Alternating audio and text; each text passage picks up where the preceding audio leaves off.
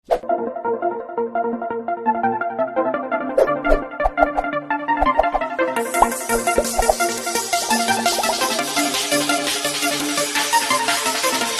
बच्चों, मैं सभी का स्वागत करता हूं फिजिक्स ज्ञान मुकेश नायक चैनल पे।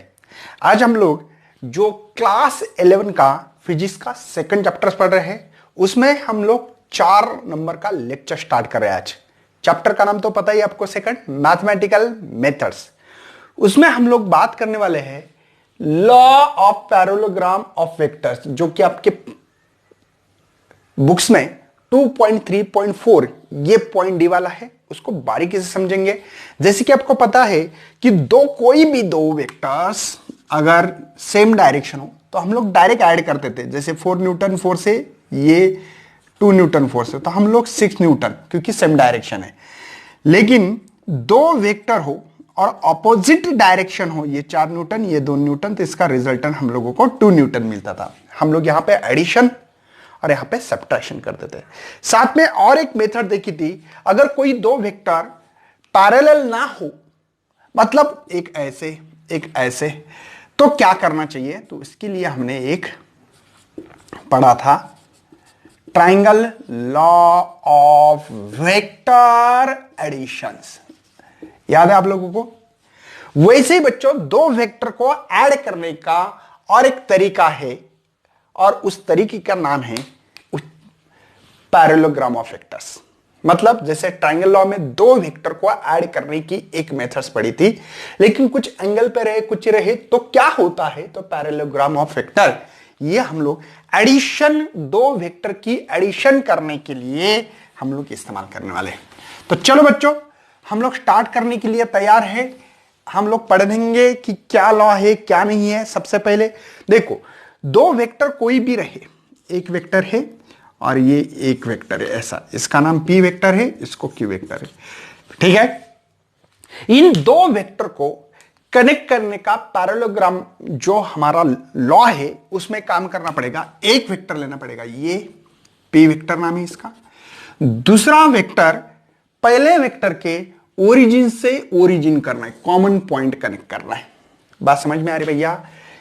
मैं क्या बता रहा हूं, समझ में आ रहा है कि देखो दो वेक्टर से, दो वेक्टर का देखो ये टेल पार्ट से और ये हेड है, ये टेल है ये हेड, टेल से टेल मिला, ऐसे कनेक्ट करना है आप लोगों को।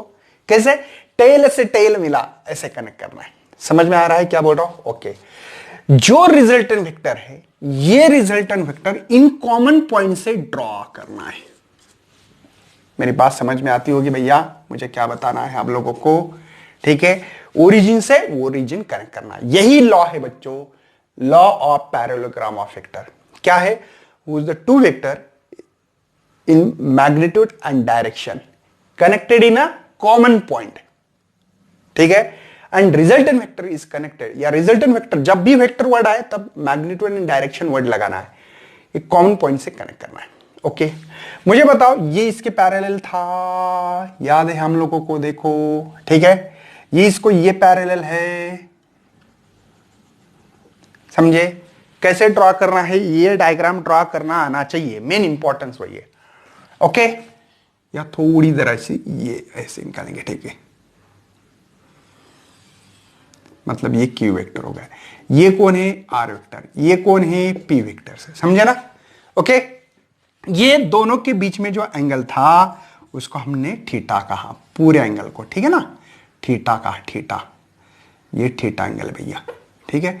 यहां पे थीटा लिखता हूं। एक बात समझना है, बुक्स में आपकी इसमें बराबर नहीं दिया, ये एंगल है भैया अल्फा एंगल है, समझे। मैं रेड पेन इस्तेमाल करूंगा। जो ऊपर वाला एंगल दिख रहा है आपको, उसको बीटा कहा है उन्होंने, इसको क्या कहा है? अल्फा बीटा, समझे ना। पूरे एंगल को हमने थीटा कहा, लेकिन ये रिजल्टेंट निकालने से ये जो एंगल है उसको अल्फा और ऊपर वाले को बीटा का है, समझे? कोई टेंशन है? चलो, हम लोगों को थोड़ा सा कंस्ट्रक्शन करना है इस डायग्राम को थोड़ा सा आगे, क्योंकि ये परपेंडिकुलर आना चाहिए हम लोगों को एक लाइन, वो भी निकालना हमारी जिम्मेवारी है। अभी देखो, इसको हमने परपेंडिकुलर निकाल रहे, तो ये जो है, बात समझ में आ रही है? तो ये हमने परपेंडिकुलर निकाला, तो यहां पे थीटा होगा, ये भैया 90 एंगल है। कोई शक है? डायग्राम समझ में आ रहे? आपके बुक्स में जो पॉइंट हो वही पॉइंट निकालना है, ठीक है, जो निकालना है। तो ये O है मेरे ख्याल से, ये A है, ये B है, ये C है और ये D है। यही पॉइंट होंगे आपके बुक्स में, देख लेना, चेकआउट कर सकते हैं आप लोग, ठीक है। OBCAD। चलो, तो हम लोग अभी एक्चुअल जो लॉ है ये काम करता भैया किसी रिजल्टेंट वेक्टर का मैग्नीट्यूड निकालने के लिए। क्या क्या क्या क्या? मैग्नीट्यूड, और साथ में ये वेक्टर इस वेक्टर से कितने डिग्री पे है या कौन सा डायरेक्शन, भैया ये डायरेक्शन दिखाने का भी काम करता है। यार मैं बात समझा देता हूं, डायरेक्शन कैसे निकालते हैं। आपको पता है ना, एक्चुअली एंगल, ये जो कॉन्सेप्ट आया ना, ये एंगल डायरेक्शन दिखाने के लिए मेजर करते थे हम लोग। अरे भैया एंगल का रीजन क्यों आया है, क्यों इंट्रोड्यूस हुआ है मैथमेटिक्स में एंगल? तो डायरेक्शन कैसे, किसी ने कहा चलो ये ईस्ट है, पता है ना, ये वेस्ट है, नॉर्थ साउथ पता है ना आप लोगों को। तो देखो किसी ने कहा कि चलो आपको ईस्ट से वेस्ट जाना है तो कितने डिग्री जाना पड़ेगा, 90, देखो परपेंडिकुलर दिख रहा है। किसी ने कहा कि ईस्ट से वेस्ट जाना है, कितने, 180 डिग्री। किसी ने कहा साउथ जाना है 270 डिग्री। समझ में आ रहा है ना आप लोगों को? मतलब हम लोग एंगल दिखाने में डायरेक्शन, एंगल दिखाना मतलब डायरेक्शन दिखाते, मतलब इसमें बच्चों दो चीज निकालेंगे, रिजल्टेंट वेक्टर का डायरेक्शन निकाल सकते हैं हम लोग, ठीक है, और रिजल्टेंट वेक्टर का क्या कर सकते हैं, मैग्नीट्यूड, मतलब गिन सकते हैं हम लोग उसको, गिनना है कितना है ना। ओके, ये दो चीजें आज के इसमें हम लोग पढ़ने वाले हैं। तो चलो बच्चों मैं स्टार्ट करने जा रहा हूं। सबसे पहले बहुत इजी और हल्की सी चीज है, मैं अभी बाकी चीजें बुक जैसे ही पढ़ाऊंगा, कोशिश करता हूं। सबसे पहले आपको पता है कि एक ट्रायंगल दिख रहा है, कि जो ट्रायंगल ये दिखाई दे रहा, देखो आप लोग देखते होंगे, ये R है, ये O है, ये D है और ये C है, ठीक है ना। तो ये परपेंडिकुलर है, तो यहां पे हम लोग पाइथागोरस थ्योरम लगाएंगे। चलो, फ्रॉम द ट्रायंगल ऑफ, कौन सा ट्रायंगल है, OCD दिख रहा है, उसमें क्या कर सकते हैं हम लोग, आपको पता ही है, हाइपोटेन्यूस है, ये बेस है, हाइट है ना। तो OC square is equal to OD square plus CD square. मेरी बात समझ में आती होगी भैया, हाइपोटेन्यूस स्क्वायर बेस और हाइट का स्क्वायर है। चलो अब मुझे बताना है कि ये OD क्या है, OD टोटल OD, इसमें एक ऐसी लाइन है जो कि इसमें A है, तो यहां पे डाल सकता हूं मैं OC square is equal to OD का होगा OA प्लस AD का ब्रैकेट स्क्वायर CD का स्क्वायर। बात समझ में आ रही भैया? ये OD जो है, वो जो है OD वो है OA प्लस AD। चलो यहां पे A प्लस B का ब्रैकेट होल स्क्वायर का फार्मूला इस्तेमाल कर रहा हूं, तो OC स्क्वायर ये OA स्क्वायर, ठीक है, यहां पे plus twice OA multiply AD plus AD का स्क्वायर। देखो इसको मैंने एक्सपांड किया, बाकी किसने, A square plus 2A plus A multiply B है ना, 2A मल्टीप्लाई प्लस B का स्क्वायर, मतलब इसका स्क्वायर, और बचा है हमारे पास CD का स्क्वायर। ओके, थोड़ा सोचो भैया, यहां पे एक छोटा ट्रायंगल जो रेड एंड ग्रीन पेन से दिख रहा है आपको, ये क्या नाम है इसका, ADC, ठीक है ना, ये आपको पता है Q है, ठीक है। तो मुझे यहां पे AD प्लस CD क्या मिलेगा, तो from the triangle of, therefore from the triangle of, क्या नाम है इसका, ADC। अगर देखा जाए ADC में देखा जाए तो क्या है इसमें, AC square is equal to AD square plus CD square. अरे hypotenuse square base square plus height square. मुझे बताओ इन जगहों पे हम लोग AC डाल सकते हैं, पुटअप कर सकते हैं कि नहीं, तो OC square is equal to OA square twice OA multiply AD, और इसके जगह पे आएगा AC स्क्वायर। कोई शक है? अब हम लोग डिसाइड करेंगे कि किसके जगह पे क्या पुटअप कर सकते हैं। सबसे पहले OC कौन है भैया, रिजल्टेंट वेक्टर हमने कहा है उसको, तो OC के जगह पे हम लोग R डाल सकते हैं। चलो OA ए के जगह पे पी डाल सकते हैं, ओ ए इज इक्वल टू पी। अब एडी बाकी है, चलो एसी क्या है, ए सी है हमारा क्यू। बाकी रहा है एडी। एडी तो नहीं, एडी का कुछ भी आंसर नहीं, देखो इसकी लेंथ कुछ भी दी नहीं, क्या करना पड़ेगा। तो मैंने बोला इस ट्रायंगल में एक काम करते हैं, और एक जो कि ट्रायंगल है हमारे पास ए डी सी में, देयरफॉर क्या कर सकते हैं, तो हम लोग एडी निकालना चाहते हैं, तो यह एंगल थीटा है, तो यह एडजेसेंट साइड है भैया, यह हाइपोटेनियस, सॉरी यह हाइपोटेनियस से अपोजिट साइड है, तो यह साइड निकालना है। तो देखो जब भी एडजेसेंट साइड निकालना है तब कॉस टर्म आती है, साइन मतलब अपोजिट डिवाइड बाय हाइपोटेनियस, समझे ना। तो जब भी एडजेसेंट साइड आए तब कॉस के बारे में सोचना। अगर अपोजिट साइड, एंगल की अपोजिट साइड, ये अपोजिट साइड है ना एंगल की, तब हम साइन के बारे में कौन। चलो तो कॉस थीटा निकालेंगे हम लोग अभी। कॉस थीटा क्या है, adjacent divided by hypotenuse, AC है, तो therefore AD is equal to AC cos theta.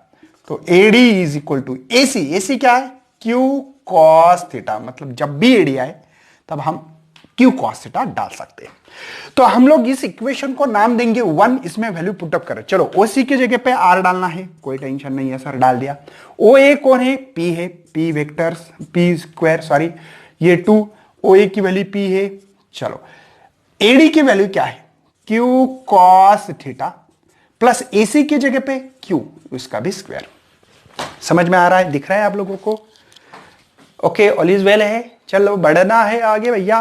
चलो इसका स्क्वायर गया तो ये रूट में आने वाली value root of P square plus Q square, ऐसे लिख सकता हूं, twice P Q cos theta.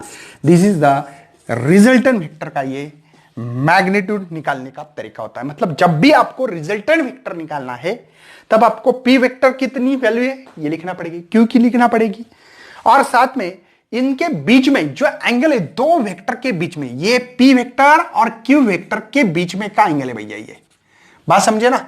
वो अगर डालोगे थीटा पे तो आपको ये रिजल्टेंट वेक्टर कितनी वैल्यू का मिलेगा, मिल सकता है, मतलब कितनी वैल्यू हो सकती है उसकी। ऐसा मैं एग्जांपल दूंगा आपको और अच्छी तरह से समझ में आएगा, लेकिन फिलहाल में ये रिजल्टेंट वेक्टर निकालने का तरीका है, आप लोगों को ये बहुत इंपॉर्टेंट चीज है भैया। क्यों, क्योंकि आपको 12th में बहुत जगह पे फार्मूला इस्तेमाल करना पड़ता है, खाली इनके टर्म अलग होते हैं बस, बाकी कुछ नहीं। तो रिजल्टेंट वेक्टर निकालना है कोई भी दो, जैसे कि किसी ने कहा है कि ये 5 न्यूटन फोर्स है, ये 10 न्यूटन फोर्स है, ठीक है, इसके बीच में का एंगल दिया किसी ने 90, तो बता दो इसका रिजल्टेंट वेक्टर जो मिलेगा ये रिजल्टेंट। अरे भैया मैं बता रहा हूं, किसी ने मुझे 5 न्यूटन से इधर खींच रहा है, जैसे कि मार्कर से बताता, 5 न्यूटन से इधर से खींच रहा है, 5 न्यूटन से इधर से खींच रहा है, तो ये चीज इधर जाएगी या इधर, इधर नहीं जाने वाली है और ना इधर जाने वाला है, इधर जाने वाली, ये रेड पेन जैसे दिख रहा है, जूम, ये समझे ना। मतलब अगर ये फोर्स इधर 5 न्यूटन है, 5 न्यूटन है, तो बीच में से फोर्स लगेगा और ये चीज बीच में से ऐसे जाएगी, समझे ना। तो ये रिजल्टेंट वेक्टर हम लोगों को या नेट फोर्स बोल सकते हैं, ये इधर लगने वाला है, ठीक है। उसके केसेस भी हम लोग आगे पढ़ेंगे, लेकिन फिलहाल में भैया हम लोग इसका डायरेक्शन निकालेंगे। क्या निकालना है, डायरेक्शन। मतलब ये जो रिजल्टेंट वेक्टर है वो कितने एंगल पर, मतलब मैंने अभी आपको बताया ना, ये 10 न्यूटन फोर्स, ये 10 न्यूटन फोर्स, तो ये जो है ये फोर्स किधर होगा, बीच में से होगा या ये ग्रीन पेन की तरफ होगा या ब्लू पेन की तरफ होगा, या बीच में से राइट 45 डिग्री में से आगे बढ़ने वाला है। बात समझे ना मैं क्या बता रहा हूं, समझ में आ रहा है। 5 न्यूटन ये फोर्स है, 5 न्यूटन ये फोर्स है, तो यहां पे ये फोर्स लग रही है, लेकिन कितने एंगल पे लग रही है, ब्लू पेन से पकड़ो या ग्रीन पेन से, दोनों में से हम लोग दोनों भी निकाल सकते हैं। अल्फा ये एंगल है पी के तरफ से और बीटा एंगल है क्यू के तरफ से। जो भी आपको निकालना है निकालेंगे, लेकिन टेंशन मत लेना। चलो मुझे डायरेक्शन निकालना है, तो सबसे पहले हम लोग काम करेंगे कि tan अल्फा, tan अल्फा समझे ना। अरे ये अल्फा निकालना है ना, मुझे डायरेक्शन निकालना है, तो एंगल निकालते हैं, तो थीटा होता है। तो आपको इसके लिए फॉर्मूला पता है। सबसे पहले फ्रॉम द ट्राइंगल ऐसे लिख सकते हैं, यहां पे फ्रॉम द ट्राइंगल, यहां पे OCD दिख रहा है, देखो ये मेरे ख्याल से आपको OCD पता है, ठीक है। तो OCD में अल्फा, अल्फा tan क्या होता है, अपोजिट डिवाइड बाय एडजेसेंट, अरे साइन बाय कॉस, साइन का भी हाइपोटेनियस, कॉस का हाइपोटेनियस कैंसिल हो गया, तो अपोजिट डिवाइड बाय अपोजिट कौन है, डीसी है भैया, और ये कौन है, ओडी है, एडजेसेंट, समझे। तो tan alpha DC as it is, लेकिन ओडी कौन है, तो ओडी है भैया ओ ए, देखो ओ ए प्लस एडी। बात समझ में आ रही है, कोई टेंशन, एडी भी मेरे पास ऑलरेडी तैयार है, ठीक है ना। और डीसी क्या है ये निकालना बाकी है, लेकिन देखो ये जो डीसी है इस एंगल की, आपको पता है अभी कि मैं कौन सा एंगल की बात कर रहा हूं, ये थीटा की, ये जो कि इसमें फ्रॉम द ट्रायंगल हम लोग बोल सकते हैं एडीसी, ठीक है, एडीसी। तो ये डीसी निकालना है, तो इसलिए साइन थीटा इस्तेमाल कराओ। क्यों, क्योंकि अपोजिट, देखो ना इस एंगल की अपोजिट साइड है, तो साइन थीटा होता है भैया opposite divided by hypotenuse AC. तो डीसी की वैल्यू मिलेगी एसी साइन थीटा। तो DC is equal to AC की वैल्यू क्या थी, क्यू साइन थीटा। कोई शक है, इसमें हम लोगों को वैल्यू पुटअप करना है और इस फार्मूले को राउंड अप करना है। चलो, डीसी की वैल्यू मेरे पास Q sine theta divided by O A P है, सॉरी, और एडी क्या है, एडी को मैंने ऑलरेडी निकाला है, ये तो ये है क्यू कॉस थीटा। ये है बच्चों एंगल, या हम लोग निकाल सकते हैं कि यहां पे अल्फा इज इक्वल टू, इसको कर सकते हैं tan inverse Q sine theta divide by P plus Q cos theta. ये कहां से भैया, पी वेक्टर से कितना दूर है रिजल्टेंट वेक्टर, मतलब पी वेक्टर से ये जो रिजल्टेंट दिख रहा कितने एंगल पे है, ये डायरेक्शन दिखाएगा। किसी ने कहा कि चलो पी से 90 है, तो आप बोलेंगे सर ये ईस्ट से नॉर्थ की तरफ जा रहा है, ये जूम, समझे ना। ये आपने कहा ईस्ट से वेस्ट जाना है, तो 180 डिग्री जाना पड़ेगा, देखो पी से ऐसा जाना पड़ेगा इस रिजल्टेंट को, समझे।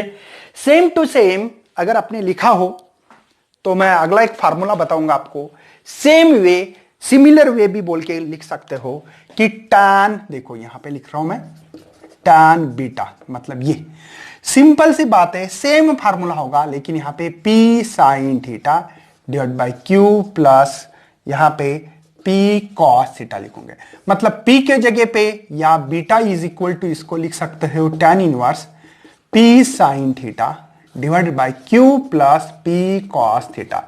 अब बोलेंगे कैसे सर, आपने कैसे बोल दिया इतनी जल्दी से, कुछ नहीं, इसके देखो डीसी ये जो साइड थी ना, ये अपोजिट थी, अब इसके अपोजिट साइड ये है, इसलिए पी आ रहा है।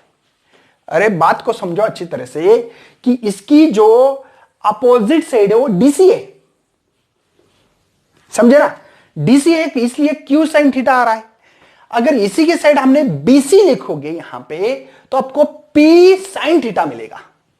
या सिंपल वे है, जहां क्यू आ रहा है वहां पी लिखो, पी के जगह पे क्यू लिखो, बस खत्म किस्सा। क्योंकि आपने यहां पे पी को पकड़ रहे थे, अब यहां से क्यू साइड से पकड़ रहे, यहां से कितना एंगल पे हमारा रिजल्टेंट फोर्स मिलेगा, फोर्स की बात करेंगे तो ये है बच्चों आपका लॉ ऑफ पैरेललोग्राम वेक्टर से हम लोग वेक्टर के एडिशंस कर रहे, क्या क्या कर रहे, वेक्टर की एडिशंस कर रहे हैं, और ये डायरेक्शन दिखाने का तरीका है, मतलब कितने एंगल पे हमारा रिजल्टेंट वेक्टर होगा ये निकाल सकते हैं। कैसे, मैं आपको आप भी समझाता हूं कुछ एग्जाम्पल के माध्यम से। एक न्यूमेरिकल लिखा है बच्चों आपके लिए, बहुत बेहतरीन है और अच्छा न्यूमेरिकल्स है। मैंने कहा है आपको दो फोर्सेस लेना है, एक फोर्स लिए है जिसका मैग्नीट्यूड है 6 न्यूटन है, समझे, और दूसरा उसको परपेंडिकुलर लेना है। परपेंडिकुलर समझते हो कि जो 8 न्यूटन है, परपेंडिकुलर है, मतलब इसका थीटा जो है वो 90 है, ध्यान रखना ये पूरा, ठीक है।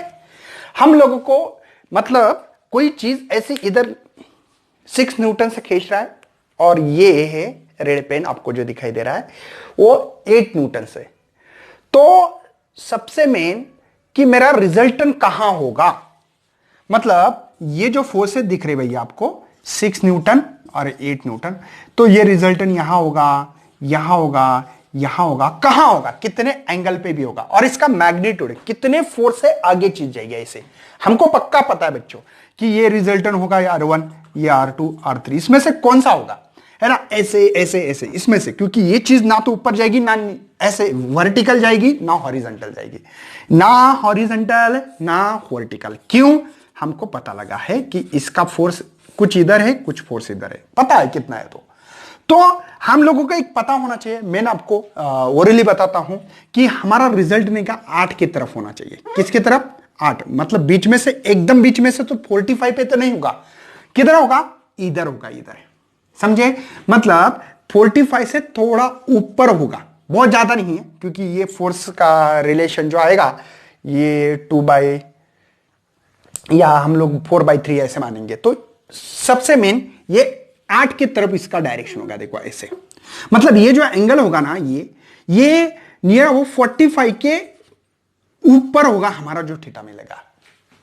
मतलब यार ओरली भी आंसर निकाल सकते हैं हम लोग। एक बात समझो, पहले सबसे पहले कॉन्सेप्ट क्लियर करो यार, बाकी तो चीजें होती रहती है।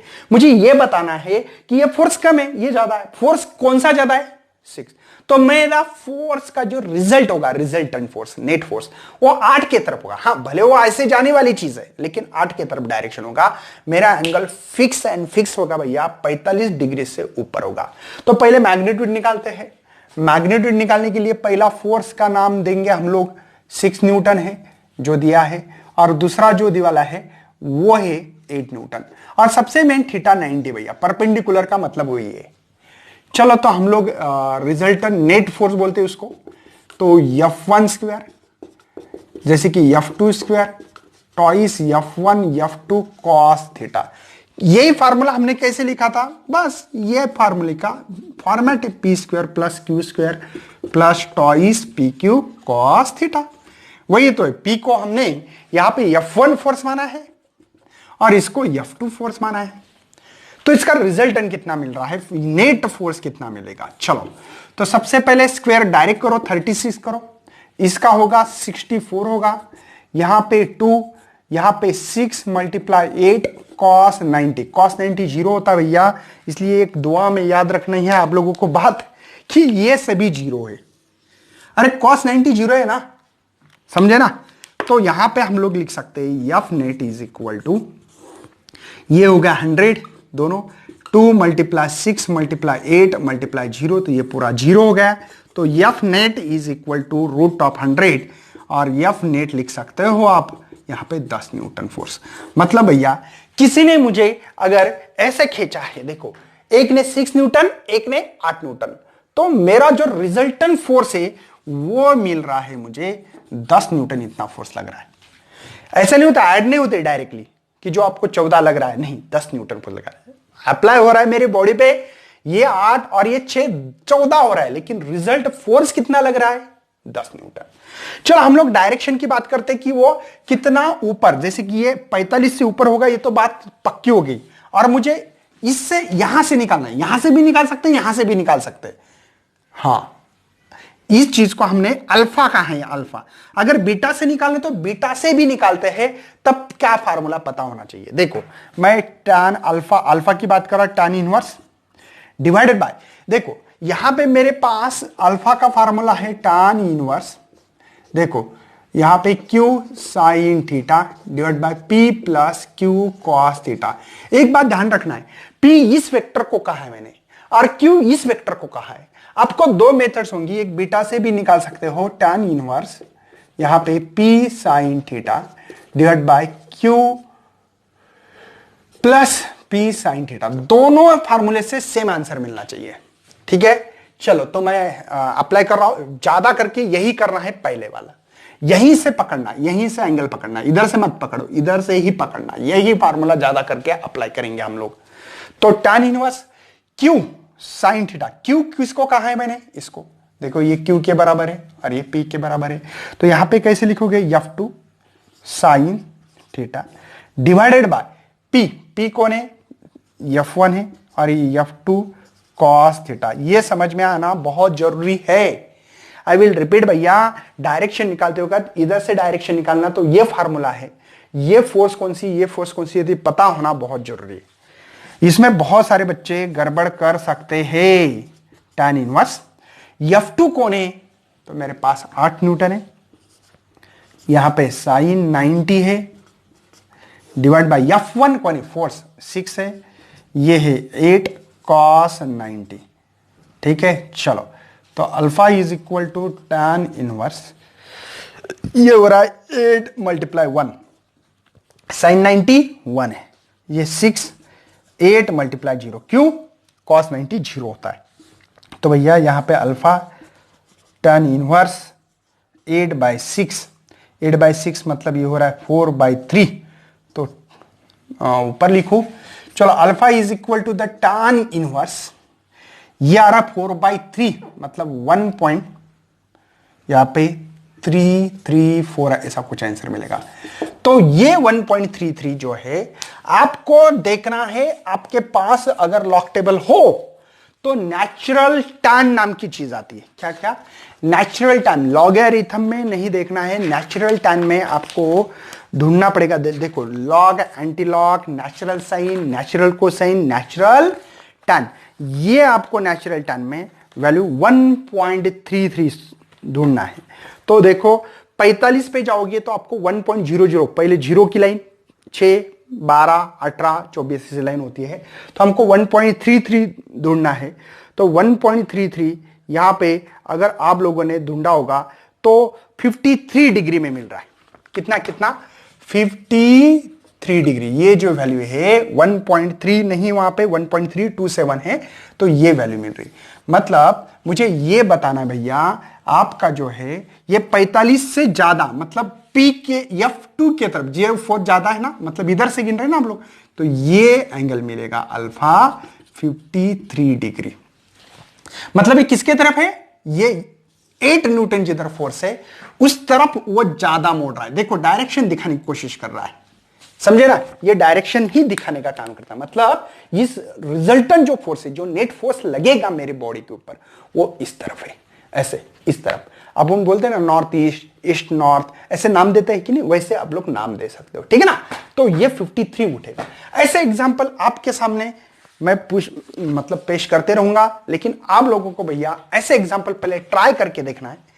इसका मीनिंग समझो भैया, न्यूमेरिकल तो कोई भी सॉल्व करेगा यार, अरे आंकड़े तो कोई भी उसको कट कर सकता है, लेकिन फीलिंग आना बहुत जरूरी है। तो इसका फोर्स कितना लग रहा है, दोनों मिला के है मेरे पास 14 फोर्स, 14 न्यूटन, लेकिन लग रहा है 10, या और इसका डायरेक्शन किधर है, तो इस तरफ डायरेक्शन है। अगर इस तरफ आपने गिना होगा ईस्ट है और इधर नॉर्थ है ना, ऊपर नॉर्थ है लिखते हैं हम लोग, करेक्ट है ना। तो ये नॉर्थ के तरफ ज्यादा मोड़ रहा है, देखो ठीक है ना, नॉर्थ ईस्ट के तरफ है, ऐसे बता सकते हैं। तो ऐसे न्यूमेरिकल आप भी अपने प्रैक्टिस करना है। इसके बाद में भैया आप लोगों के सामने मैं रिजोल्यूशंस ऑफ वेक्टर की बात करेंगे, उसके ऊपर भी न्यूमेरिकल देखेंगे, उसके केसेस भी पुटअप कर सकते करना है तो इसके केसेस भी होते। आप लोगों को किसी ने कहा है कि इसके ऊपर केसेस बता दो, तो कैसे करोगे, इस फार्मूले पे मैं आपको एक ट्रिक्स बताता हूं, सिंपल में, ज्यादा लंबा चौड़ा नहीं खींचूंगा, ठीक है ना। किसी ने कहा रिजल्टेंट वेक्टर कब क्या होता है, तो फार्मूला तो पता है हम लोगों को, ये है P square plus Q square twice P Q cos theta. तो पहले थीटा की वैल्यू 0 लेंगे, कॉस 0 1 होता है, 1 रहा तो क्या होगा, P plus Q bracket whole square. Sir कैसे, अरे कॉस 0 1 हुआ तो ये किसका फार्मूला, इसका फार्मूला देखो, P square plus Q square plus twice P Q cos theta, ये बाहर आएगा तो पी प्लस क्यू बनेगा, समझे, ओके। कॉस 0 पैरेलल रहे तो, उसके बाद में केस नंबर 2 90, कॉस 90 0, तो ये 0 रहा तो ये पूरा 0 बनेगा, बचा क्या मेरे पास, P square plus Q square. समझ में आ रहा है ना। तीसरी कंडीशन 180 डाल सकते हैं, कॉस 180 -1, तो -1 ये कंडीशन से है, आपको आना चाहिए P square plus Q square, ये माइनस होगा क्योंकि कॉस 180 -1 तो माइनस ट्वाइस पी क्यू। मैं बता रहा हूं आप लोगों को ओनली, तो ये P square minus Q square का पी माइनस क्यू का स्क्वायर, ब्रैकेट का स्क्वायर होगा। जैसे कि यहां पे 0 डालने से 1 है, ये माइनस आ रहा है इसलिए ये फार्मूला, तो ये आप कर सकते हैं पी माइनस क्यू। मतलब मुझे ये नहीं बताना है भैया 180, समझ में आ रहा है ना, रिजल्टेंट वेक्टर डायरेक्ट अपोजिट में हो रहा है 180, मतलब पी और क्यू के बीच में 180, समझे। तो ये आपको ऐसे ही क्वेश्चंस करते रहना है, प्रैक्टिस करना है बच्चों, शेयर करना है, नहीं तो लाइक करना है और सब्सक्राइब भी करना है। Thank you and best luck for your study.